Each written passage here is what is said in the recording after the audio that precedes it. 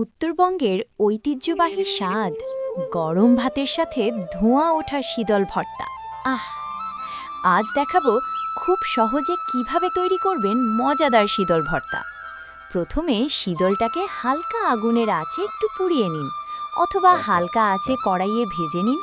মনে রাখবেন, স্বাদ অক্ষুণ্ণ রাখতে অবশ্যই হালকা তাপ ব্যবহার করবেন।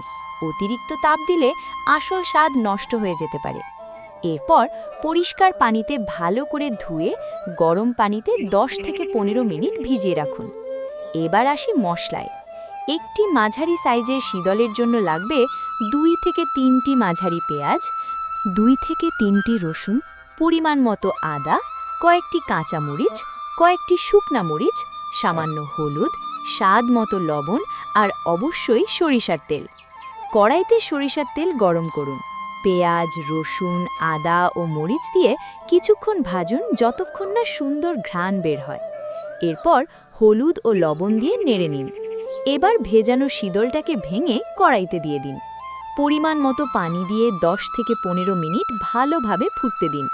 যখন পানি শুকিয়ে আসবে এবং তেল উপরে ভেসে উঠবে, তখন বুঝবেন রান্না সম্পূর্ণ হয়েছে।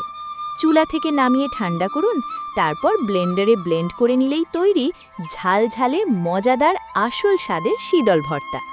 গরম ভাতের সাথে পরিবেশন করুন আর উপভোগ করুন উত্তরবঙ্গের খাঁটি ঐতিহ্য।